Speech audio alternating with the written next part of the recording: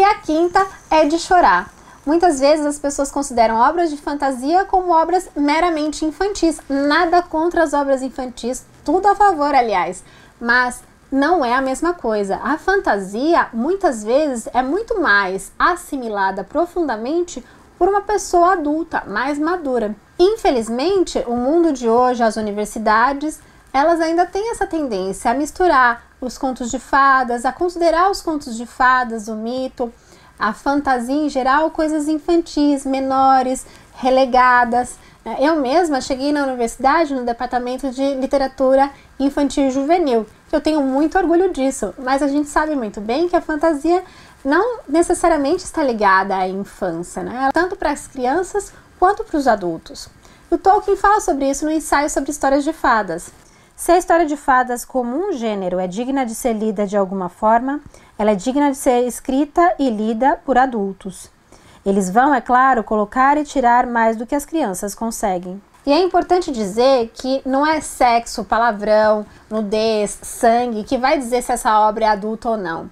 A fantasia, ela é um grande meio de abstração e as mentes maduras vão interpretar cada vez melhor o que a fantasia nos propõe. Oi pessoal, tudo bem com vocês? Da infinita lista de falar sobre o velho Tolkien, um dos assuntos é se Tolkien é ou não para crianças. E recentemente, nessa grande sala de aula que é a internet, veio à tona esse assunto novamente, então eu resolvi tirar o pó e pegar esse assunto de vez e abordar o tema. A pergunta principal desse vídeo é: a literatura tolkieniana é para crianças? Sim e não. Afinal, vai depender de uma série de circunstâncias e principalmente de qual obra a gente está falando. Mas para ter uma resposta mais assertiva, eu diria que não é para crianças, e fique até o final do vídeo para você entender o porquê. Antes de tudo, antes da gente falar da literatura de Tolkien propriamente dita, a gente tem que falar um pouquinho sobre outras questões, sobre o que é a literatura infantil e o que é infância, como surgiu o conceito de infância. O conceito de infância, como a gente tem hoje, não existiu sempre. É claro que as pessoas sabiam que era uma criança, tinha diferença, porque tem diferenças óbvias. Mas como ela é concebida hoje, como que ela é cuidada hoje, ela é uma invenção moderna. As crianças, de qualquer forma, elas eram consideradas na antiguidade, na Idade Média, pessoas, só que com algumas limitações ainda. De motricidade, de cognição, enfim, elas eram pessoas em desenvolvimento, mas elas conviviam socialmente, elas estavam misturadas com os adultos. E se elas se mostrassem, de certa forma, preparadas para certas tarefas que hoje a gente acha que não tem nada a ver, as pessoas colocavam. Então as crianças trabalhavam muito mais cedo e participavam do convívio social e das conversas muito mais. Não tinha aquela preocupação formativa. É claro que a gente está fazendo isso de uma maneira mais sistematizada, a gente não consegue, na vida real as coisas são intercambiáveis, né? As coisas são mais fluidas, não dá para colocar em caixinhas. Aqui é mais para o nosso entendimento. Mas, grosso modo, na modernidade a gente sabe que a sociedade ficou um pouco mais antropocêntrica, bem mais antropocêntrica, e a razão começou a ter a primazia do pensamento filosófico e foi entrando na vida prática esse tipo de pensamento. Era a razão que dizia sobre a verdade e nada mais, né? Principalmente, preponderantemente. Antes, existia uma maneira de você enxergar a verdade por outros caminhos também. Então, é nesse momento histórico, em que as crianças começaram até a ter uma expectativa de vida um pouco maior, com o avanço da medicina, e a sociedade estava tendo essa configuração mais antropológica, mais da razão, da ciência, do empirismo, do iluminismo, aí vem um projeto de formação para as crianças. E aí sim é que nasce a infância como a gente entende hoje. Numa perspectiva religiosa, era como se antes, lembrando que a gente está sistematizando aqui, né, para ficar mais fácil de entender, mas as coisas não são tão quadradinhas assim, mas antes era considerado, né, no Ocidente, né, pela religião cristã, né, do cristianismo, aqui as crianças, assim como os adultos, eram seres humanos que nasciam com o pecado original e que precisavam ali ter uma formação para vencer os seus vícios, os seus defeitos, as suas más inclinações, para serem bons cristãos e chegarem ao reino dos céus, à santidade. Aí, no momento em que veio esse projeto de formação da infância, passaram a enxergar as crianças como seres puros, inocentes, quase que uma tábula rasa. E ali você precisava de literatura, de educação, de humanidades de uma forma geral, para formar esse pensamento para essas crianças que seriam adultos amanhã, fossem cidadãos formados de acordo com os valores da sociedade até então. Quanto à literatura, também é bom lembrar que antes da invenção da imprensa, por exemplo, a literatura era coletiva. Poucas pessoas sabiam ler, e as poucas que sabiam ler, elas liam em lugares públicos. Estavam lá crianças, velhinhos, adultos, todo mundo lia junto. Então não tinha muito como separar o que é de criança ou não, o que é de adulto ou não. Mas não era uma coisa voltada a um projeto para criança. Isso foi surgir na modernidade também. E aí a gente lembra que a partir de então, né, na modernidade, é que a leitura passou a ser mais individual. Claro que já existia leitura individual antes, em mosteiros, universidades, mas socialmente era muito mais coletivo. Agora ela passou a ser realmente individual. Mas quanto aos contos de fadas e a fantasia? As histórias de fadas do mundo imaginário, de seres imaginários e reinos imaginários, elas existiram desde praticamente sempre. O Tolkien vai dizer que as histórias existem desde que a mente humana existe. Mas, lógico, não do jeito de contos de fadas como a gente chama hoje, mesmo porque esse termo, contos de fadas, surgiu no século XVII com a Madame Donois. Mas, enfim, essas histórias de fadas, essas histórias de reinos secundários existiram desde sempre. Não tem muito como você precisar uma data, né? Você consegue precisar os termos, mas não uma data, movimentos e tal. Por quê? Porque nasce junto com o mito, e é justamente isso que eu estava falando lá no começo, né? Na modernidade, a razão virou a protagonista, a grande porta-voz da verdade. Antes, não, né? O mito sempre foi um modo de explicar a verdade, como o ser humano enxergava a realidade concreta, os seus valores, realidades imaginárias, naturais ou sobrenaturais, e assim vai. Nesse momento da Idade Moderna, o mito, seja em contos de fadas ou não, ele foi perdendo essa força e foi sendo relegado para o quarto das crianças, vai dizer o Chesterton, o Tolkien. Por não estar tão alinhadas com a razão, pelo menos aparentemente, as histórias de fadas, elas perderam aí o palco que elas tinham na Idade Antiga, na Idade Média principalmente, né? Na Idade Antiga a gente vê muito mais a questão do mito, né? Mas na Idade Média também, enfim. Lembrando que o mito, ele está presente nas histórias de fadas também. Então, quando eu falo histórias de fadas, eu estou falando de fantasiar mundos secundários. Então, também a gente fala de mitologia aqui. Vale lembrar um trechinho que o Tolkien fala no seu ensaio sobre histórias de fadas, de o quanto que a razão, ela não está excluída das histórias de fadas. Ele fala assim: a fantasia é uma atividade natural humana. Ela certamente não destrói ou mesmo insulta a razão. E não torna menos aguçado o apetite pela verdade científica, nem obscurece a percepção dela. Ao contrário, quanto mais aguçada e clara a razão, melhor a fantasia fará. Então a gente vê aqui que Tolkien, como um filólogo, ele não era contrário à razão, óbvio que não, nem à ciência. Ele era um cientista, né, de certa forma, da linguagem, mas ele defendia muito a fantasia e lamentava por ela ter ficado mais de escanteio a partir da Idade Moderna. E nesse meio, né, da Idade Moderna, é que as histórias de fadas foram passar a ser mais voltadas para as crianças. Então a gente tem o grande nome, é o Charles Perrault, na França, no século XVII. E aí ele coletou vários contos populares. Ele não inventou nenhum conto, né, que nem os Grimm mais tarde também não inventaram, mas ele foi lá e editou, coletou e reescreveu de certa forma. Então fazia parte desse grande projeto formativo das crianças já a forma como ele coletou e editou essas histórias. Mas ainda assim não eram histórias de crianças. Adultos também liam, principalmente na nobreza, né, que eram mais letrados e tudo mais. Um pouquinho mais tarde, com os chamados chapbooks, é que realmente essas histórias foram feitas para crianças, bem pedagógicas mesmo. Foi nesse período também moderno que nasceram os clássicos que a gente conhece da literatura infantil, Ursinho Pooh, o Mowgli, enfim, vários que a gente sabe, que a gente conhece aí. Mas não quer dizer que a fantasia não existia em histórias de adultos também. Tem uma história, o Fantasties, né, do George MacDonald, é uma história de fantasia e é para adultos. Algumas histórias continham elementos fantásticos ou fantasiosos, alguns contos de Charles Dickens, ou a gente tem mesmo as peças de Shakespeare.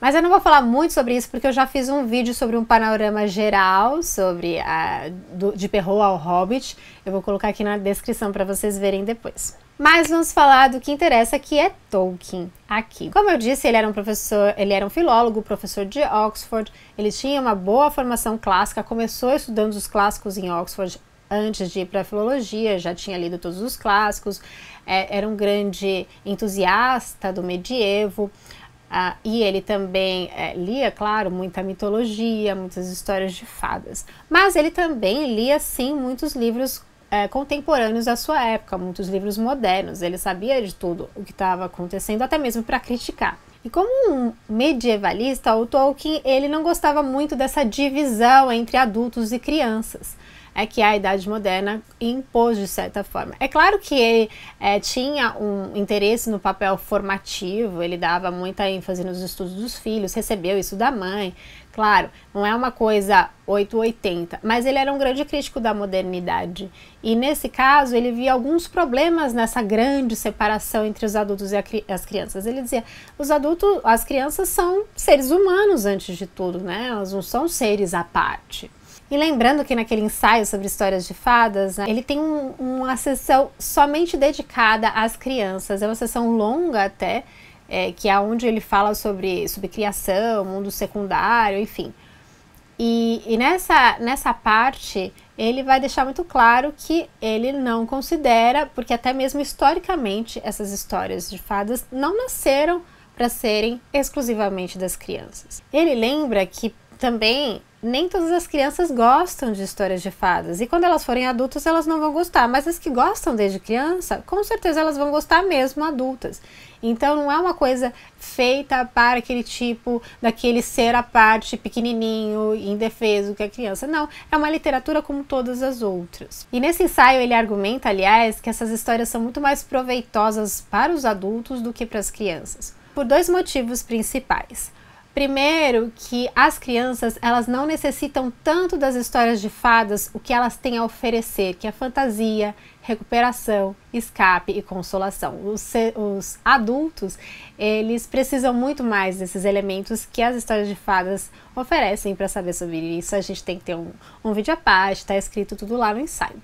E depois, porque ele diz que os adultos, eles desenvolveram uma maturidade maior, não é que eles são seres à parte, mas eles desenvolveram, a gente espera, né, que desenvolveram uma maturidade a mais, então eles conseguem captar coisas mais abstratas que estão ali escondidas, disfarçadas de uma simples história. As histórias, os mitos, eles têm camadas, mais profundidade, mais transcendência, mais nuances, e os adultos conseguem captar mais, justamente porque eles precisam mais dessas coisas que para as crianças ainda não falta. Elas já têm aquela humildade, aquele deslumbramento pela vida, aquela simplicidade, e o adulto perde, e com isso ele fica de uma certa forma adoecido pela realidade primária concreta. Agora, quanto ao autor, Tolkien definitivamente não era um autor, não fez a sua carreira como escritor, se bem que ela não foi uma carreira bem planejada, ele tinha uma carreira em Oxford como professor, mas ele nunca se propôs a ser um escritor de livros infantis, ao contrário, né? As histórias dele levavam muitíssimo a sério a mitologia, as histórias de fadas, então elas eram muito mais graves, muito mais voltadas para os adultos. Isso porque o projeto da vida dele sempre foi o Silmarillion, praticamente. Ele começou lá bem novinho, com 20 e poucos anos, na época que ele lutou na guerra e estava em convalescência com o livro dos Contos Perdidos, e isso aí foi quando iniciou o projeto do Silmarillion, que ironicamente só foi publicado de forma póstuma pelo seu filho. Ele nunca conseguiu publicar em vida, embora ele tenha tentado e muito. No Silmarillion você vê desobediência, vingança, fratricídio e até mesmo incesto, então são temas que não são específicos para crianças. Em Contos Inacabados, outro livro póstumo, por exemplo, a gente tem a história de Aldarion e Erendis, que é um casal que, apesar de se gostar muito, tinha muitas diferenças de gosto, de perspectivas de vida, de valores, e acabou se separando. Então é um tema bem moderno e voltado para, mais especificamente, para os adultos. Mas, por outro lado, a primeira obra publicada por Tolkien foi uma história contada para crianças, feita para crianças ao vivo, né? Porque ele foi contando essa história, que é o Hobbit, para os seus filhos, para eles dormirem à noite.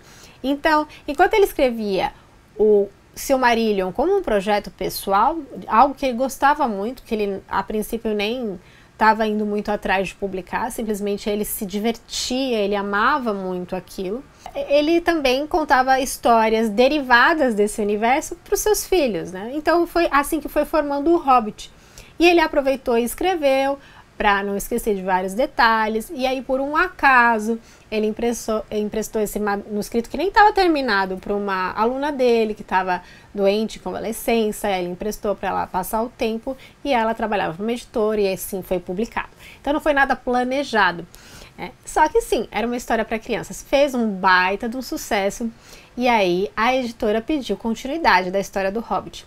E o Tolkien falou assim, eu tenho aqui o Silmarillion, que nem pronto tava, né? Aí o editor falou, não, eu quero história com hobbits, aqui só tem elfos, né? Parecia uma história interessante, parecia, mas não comercialmente. Aí ele queria dar uma continuidade àquela história que já tinha dado muito certo. E aí que o Tolkien foi escrever O Senhor dos Anéis, que tinha hobbit nas histórias, mas ele foi tendo uma gravidade, uma profundidade cada vez maior, demorou aí muitos anos. O Hobbit foi publicado em 1937, O Senhor dos Anéis, os 2 primeiros volumes, foram publicados em 1954, então tem um tempão aí de diferença. Então ele foi, claro que com o tempo ele foi ganhando mais maturidade. E então O Senhor dos Anéis, que nasceu como uma continuidade do Hobbit, passou a ser uma continuidade do Silmarillion. E o Hobbit, ele tinha elementos lá daquele legendário, daquela mitologia literária que ele já escrevia, que era do Silmarillion, mas sem pretensões de ser, né? Só que acabou sendo por essa questão da publicação. Então ele foi encaixado no legendário, até precisou de mais edição, mas isso é uma outra história. E o Tolkien queria tanto publicar o Silmarillion que ele encostou o editor na parede e falou, tudo ou nada. Se não for o Silmarillion junto, eu nem assino o contrato. E você já sabe o final da história, né? Ele perdeu esse jogo de tudo ou nada e foi só o Senhor dos Anéis mesmo, mas aí também é assunto para um outro vídeo. Eu gosto de pegar elementos da própria obra para entender, porque não basta a gente só ouvir a voz do autor, a gente tem que verificar isso na obra, né? Um exemplo disso é quando os hobbits estão ainda saindo do condado, estão indo para Cricôncavo e eles encontram um cavaleiro encapuzado que a princípio era para ser o Gandalf, né? Era só uma pegadinha ali, mas foi aí que surgiu os Nazgûl, né? Então era um espectro do anel e não mais o Gandalf como ele pensou inicialmente. Foi aí que começou a vir elementos do terror, aí começou a ser uma coisa de mais ameaça, mais gravidade. E aí a comicidade que existia no Hobbit passou a dar lugar a essa profundidade no Senhor dos Anéis. I remember that I had nightmares about Black Riders. It was so powerful. The other thing I remember too is that when I came to read the book and reread it a long time afterwards, I still felt just as frightened. Outro exemplo é o Aragorn, né? A princípio ele era um hobbit chamado Trotter, mas aí surgiu o Aragorn, descendente de Isildur, um Dúnadan, uma outra pegada, uma coisa mais séria, o futuro rei de Gondor. Então a coisa foi ganhando mais maturidade ao longo da composição da história. O Tolkien vai dizer que o grande tema do Senhor dos Anéis é morte e mortalidade. Em outros lugares ele vai falar a morte, a queda, que é o pecado original, e a máquina. Todos esses configuram temáticas que não são específicas para crianças, são muito mais bem assimilada por adultos, voltada para os adultos. Outra coisa que a própria obra entrega são as variações linguísticas, né? Agora na nova tradução a gente consegue ver um pouco melhor. Então, enquanto alguns povos falam de um modo mais rústico, mais simplório, mais simples, outros falam de um modo mais erudito, mais tradicional, empolado, sei lá. Os elfos, né, são seres centenários, lá, milenares, então eles têm um linguajar mais antigo. E a estrutura também chama atenção, né? No livro da Maria Nikolaeva, ela vai dizer que o que diferencia, uma das coisas que diferencia o Hobbit do Senhor dos Anéis é justamente o tamanho da obra. Então, o Hobbit é uma obra de umas 300 páginas, mais ou menos, enquanto o Senhor dos Anéis é 4 vezes maior. É uma obra de muito fôlego. Uma criança não tem esse fôlego para ler uma obra tão imensa. Então, o Senhor dos Anéis é para adultos, para jovens, para pessoas com um pouco mais de fôlego, né, na leitura. Além disso, né, o Hobbit ele é linear. Você vai de um ponto e volta para o mesmo ponto. Já o Senhor dos Anéis, não, ele se ramifica, né? No rompimento da sociedade, cada um vai para um lado. Então, é uma estrutura muito mais fragmentada. Então, não está muito fácil para uma criança acompanhar. A gente tem capítulos no Senhor dos Anéis imensos, como o Conselho de Elrond ou Barbárvore, com muito diálogo e digressões sobre passados históricos, sobre filologia, natureza e modernidade. Tudo isso é muito mais denso e muito mais voltado para os diálogos dos adultos mesmo. Uma outra questão que foi levantada, né, é que, sei lá, Arwen e Aragorn não tem discussões conjugais, Bom, primeiro que o Senhor dos Anéis é uma história sobre guerra, né, então nem tem muito espaço para isso, é um ano de guerra. Mas mesmo assim, você tem lá nos apêndices o conto de Arwen e Aragorn, é uma história bem melancólica. Então a Arwen ela vai ter que deixar a sua família para sempre e escolher morrer. Né? Não é um tema assim levinho. Né? E o Aragorn vai ter que abandonar a Arwen para aceitar a morte. Também não é um tema levinho para uma criança ler, né? Ainda falando sobre relacionamentos amorosos, né, que foi essa questão levantada, que caracterizaria uma história mais adulta, o que eu não concordo, porque tem muita história adulta que não tem histórias de relacionamentos conjugais e nada disso. Embora não tenha como Aldário e Erendis, que tem lá em Contos Inacabados, a gente tem aqui no Senhor dos Anéis o próprio Aragorn tendo que vencer, de certa forma, não de uma forma tão explorada, mas sutil, um encanto de uma Éowyn que era super bem intencionada, né? E estava dando mal mole para ele, mas ele estava lá fiel ao seu noivado com a Arwen, né? E a gente tem a própria Éowyn que sofre uma série de questões que são bem modernas, né? Então ela sofre assédio do Grima, ela se sente presa numa gaiola porque ela quer lutar pelos seus e não pode porque é mulher. A gente tem ela um pouco presa a essa tentação da vanglória, de ser reconhecida e precisa vencer isso. O processo dela de cura, né, no pós-guerra. Então tudo isso são temas muito mais voltados para a vida adulta, sem dúvidas.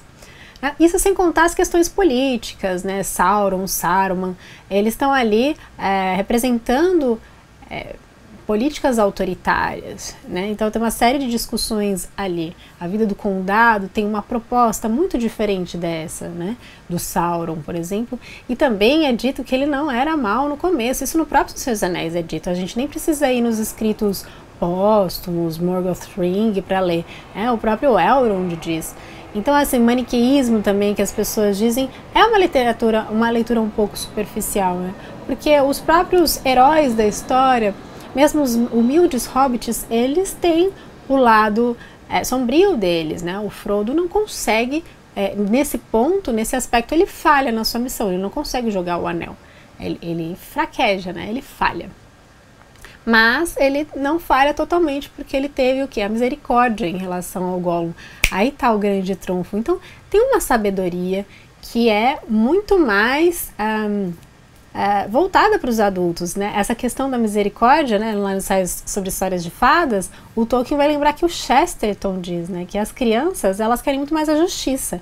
Nós que já fizemos muita coisa errada, é que precisamos da misericórdia. E a misericórdia é um dos grandes nomes do Senhor dos Anéis. Então é uma obra muito mais adulta, nesse e em tantos outros aspectos. Mas isso não quer dizer que as histórias infantis, elas não têm o seu valor e elas devem ser abandonadas pelos adultos porque não têm sabedoria. Uma boa história infantil, na verdade, ela serve para todo mundo e guarda uma sabedoria a vida inteira.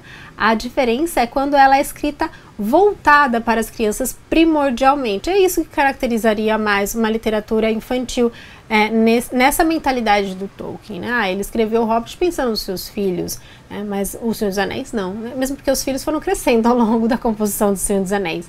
Ele escreveu, sim, histórias infantis como o Hobbit, como a gente já falou aqui, Senhor Boaventura, Cartas do Papai Noel, Roverando, entre outras. Mas nem todas as suas narrativas curtas são para crianças, né? Folha de Cisco não Ferreiro do Bosque Maior não né?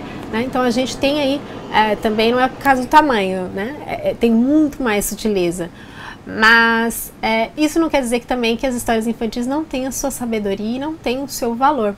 Eu lembro daquele trechinho da Maior Flor do Mundo, do Saramago, que diz assim: e se as histórias para crianças passassem a ser leitura obrigatória para os adultos? Seriam eles capazes de aprender realmente o que há tanto tempo têm andado a ensinar? Mas, voltando à tese de que Tolkien não é essencialmente para crianças, eu queria fechar com um trechinho do Senhor dos Anéis, em que Gollum se depara consigo mesmo e quase tem uma transformação, quase tem uma redenção, mas ele acaba perdendo e esse momento não voltou nunca mais. Por um momento fugidio, se algum dos adormecidos pudesse vê-lo, pensaria que estava contemplando um velho hobbit exausto, encolhido pelos anos que o haviam carregado muito além de seu corpo, além dos amigos e da família, e dos campos e riachos da juventude, um ser velho, esfomeado e digno de pena.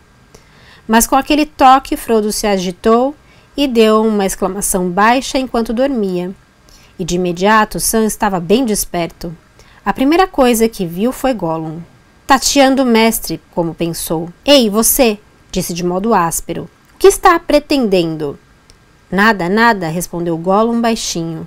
Mestre bonzinho. Imagino, disse Sam. Mas aonde você foi, se safando na ida e na volta, seu velho vilão? Gollum encolheu-se, e um lampejo verde rebrilhou sob as suas pálpebras pesadas. Agora parecia quase uma aranha, acocorado nos membros curvados, com os olhos esbugalhados. O momento fugidio passara, sem chance de retorno. É isso, pessoal. Deixem aqui nos comentários algum trecho que vocês acham que uma mente adulta aproveitaria um pouquinho melhor um trecho do Senhor dos Anéis. E obrigada a todos por assistirem esse vídeo. Beijos e até mais!